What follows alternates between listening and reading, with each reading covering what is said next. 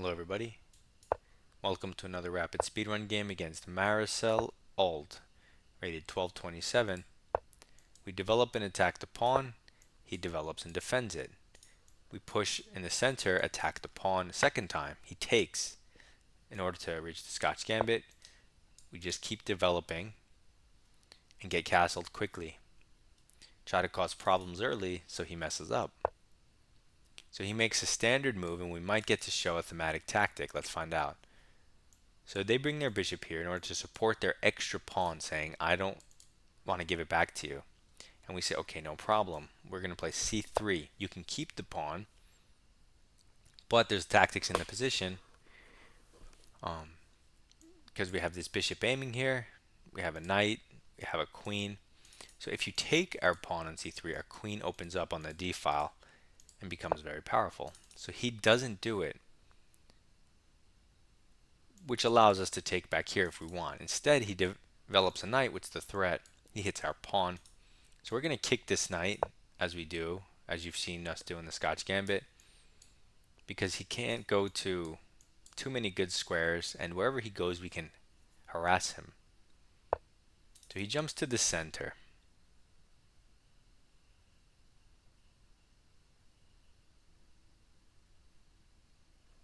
Fine. We could just take our pawn back now and have kind of a nice center, and it hits the bishop for free.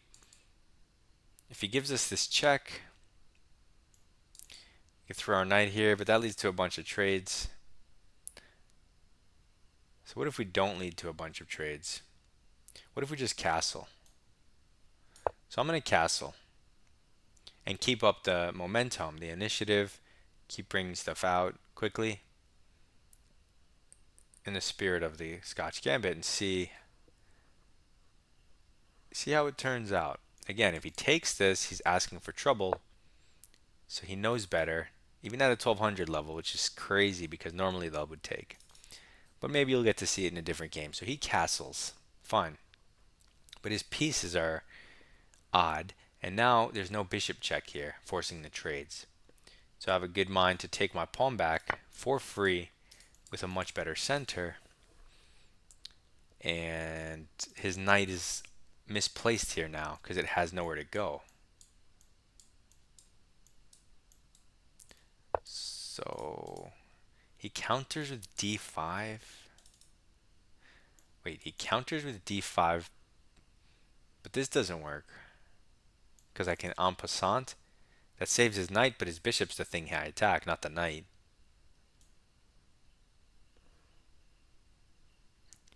Or en passant, he wants to take back with the bishop, but then his knight's still hanging and... Huh.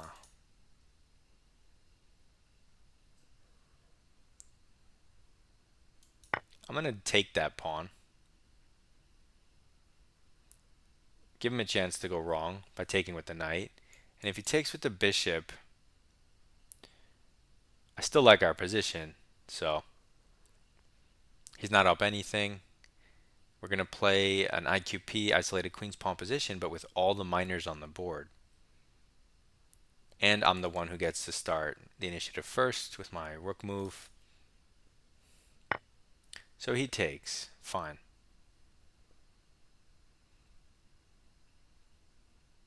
Actually, before the rook move, because he'll just, defend it. I think I'm going to go for this move. If he takes, he fixes our structure and we don't have an isolated pawn. And that makes it even better for us. Otherwise, he does that, but that hangs a piece. So he played so well, stopping all my little tactics that I was preparing. And now he just develops casually, but hangs the knight. So I'm going to take that knight, and we're winning. That was easy. 11 moves.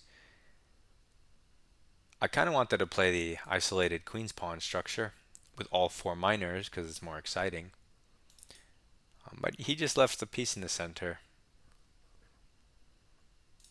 which is weird because my last move obviously targets it. So okay, so now he's just trading, which should be good for us. Although he does get a central pawn, why allow such things? If we take this way, he can bring his queen in, why allow such things? I'm going to just keep my king intact. He could take the pawn. When he does, he's hitting my queen in this square, but this square doesn't matter because it's not a fork. I just moved my rook. So all that matters is my queen, and we have some ideas. I think queen here is kind of interesting. Staring here, so maybe if he moves his queen, we have this odd check. It also supports a knight jump. If he moves his rook, we can try to fried liver him, kinda. We also could have moved it to h5, but whatever. We're up a piece. Let's just see what he does. That piece is the light square bishop, so if we attack him on the light squares, he should have trouble defending. Only his knight can target the light square, so maybe if we can trade it for our dark square bishop, then we'll have bishop and knight minor piece attacking light. He doesn't have any minor pieces. That's kind of overwhelming. So let's, bishop e3. That's where candidate moves come from. Something like that. I mean, that just hangs the knight, but maybe we could trade it. He hits the bishop with a pawn supported by the knight. He wants us to go back so he could trade it for his knight. But we don't want to trade light for his knight. I mean, we're up a piece, so trades also are winning, but let's assume we want to continue the attack, right? The thing is, if you move the bishop, there's an interesting move here.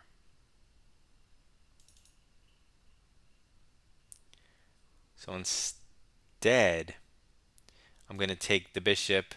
Forget about the light square strategy. I'm just going to take his only bishop because of the, because of the specifics. Like if I could just drop my bishop back to a2, I would have just done that, right? But if I go this way, I run into f5, and I don't want to trade it for his knight. So I'm going to trade my knight for his bishop, getting the stronger piece. And I also get rid of that f5 tactic, which is nice. Why did my mouse stop? Hello? There it goes. Okay. So he takes with the queen because the knight was loose. Now we can move our bishop without fear of anything.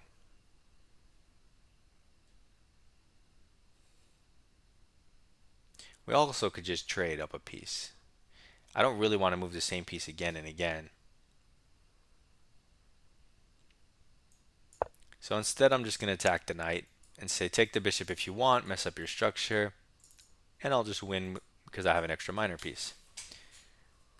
So I wanted to do a light square thing, but he just started attacking my stuff, so we changed plans because chess is responsive. It's a responsive game. It's not something you write in stone ahead of time and just carry out.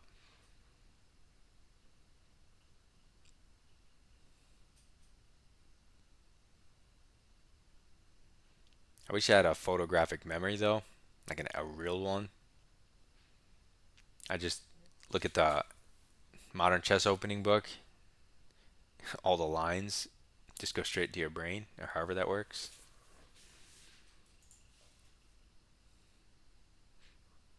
And even if your understanding of chess doesn't increase at all by doing that,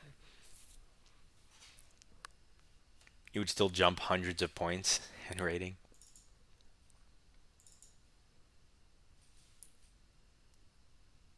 Okay, so this guy's stumped because his knight's pinned and attacked twice. He could defend it with a rook or a pawn, or he could take my piece. He defends it with a pawn, but now if I retreat my bishop, you can't take it for your knight, which was the plan.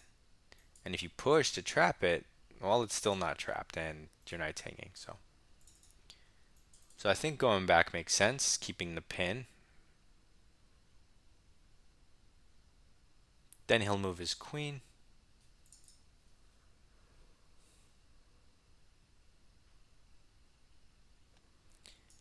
So let's take the pawn. Now that the knight's pinned, we have this option. He hits the queen, which was not part of this whole construction. The knight's protected by the pawn, so the queen doesn't need to be here. So a good square for the queen would be here if the knight couldn't take it. Um,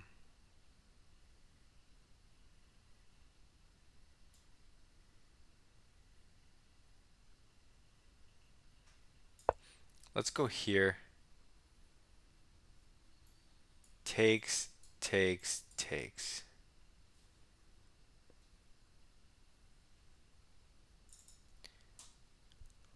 He doesn't win a piece. Don't worry. Do not worry, guys. Why doesn't he win a piece? If he takes my queen and I take back, my bishop's hanging because it's not pinned. So why doesn't he win a piece? What resource does white have after queen takes queen? He doesn't do it. The resource I had was bishop c4 check, removing the attacked piece.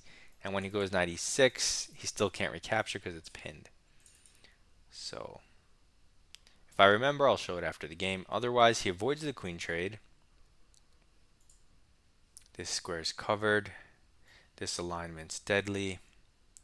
So b3 makes a lot of sense, threatening this.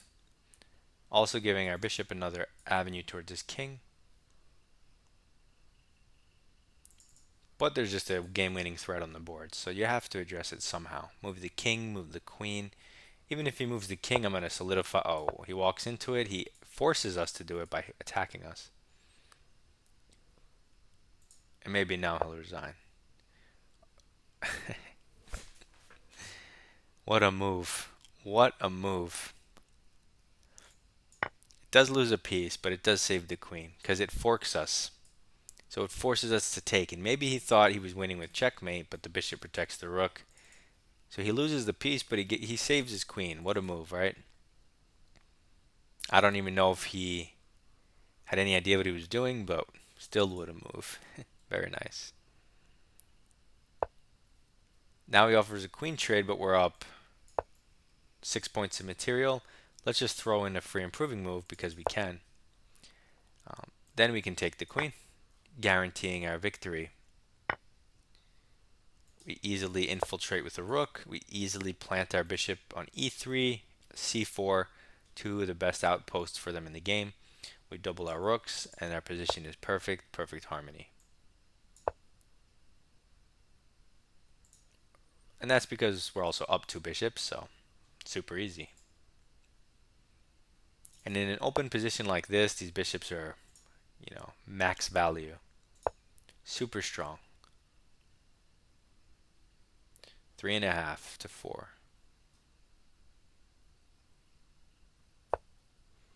So he lifts his king, and he's just protecting his pawns. I don't care about his pawns. I'm up two pieces.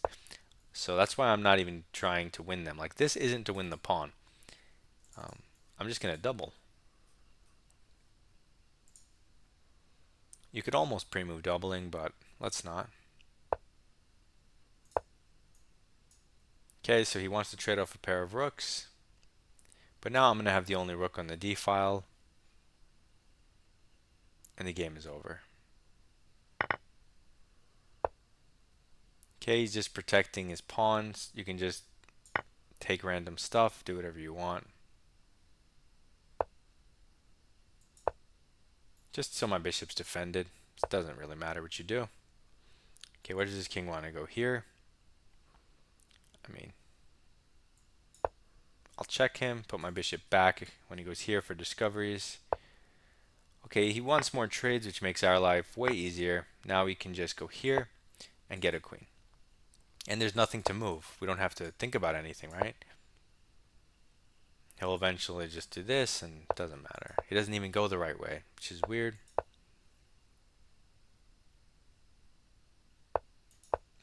Okay, he's almost made it himself, but okay. Check. Check. Checkmate. Boom. Bowden's mate in a super weird position. with the help of a queen, so not bonus mate. In any case, we get the win. 41 moves deep because he played on down 2 pieces. So let's go through the game. We do get our Scotch Gambit start, which is nice. Bishop out, applying pressure. And on c3, we want them to take because then it's fun. Bishop takes f7, king comes out. Queen d5 check. We pick up the bishop. He can't castle, and it's just a fun game to play.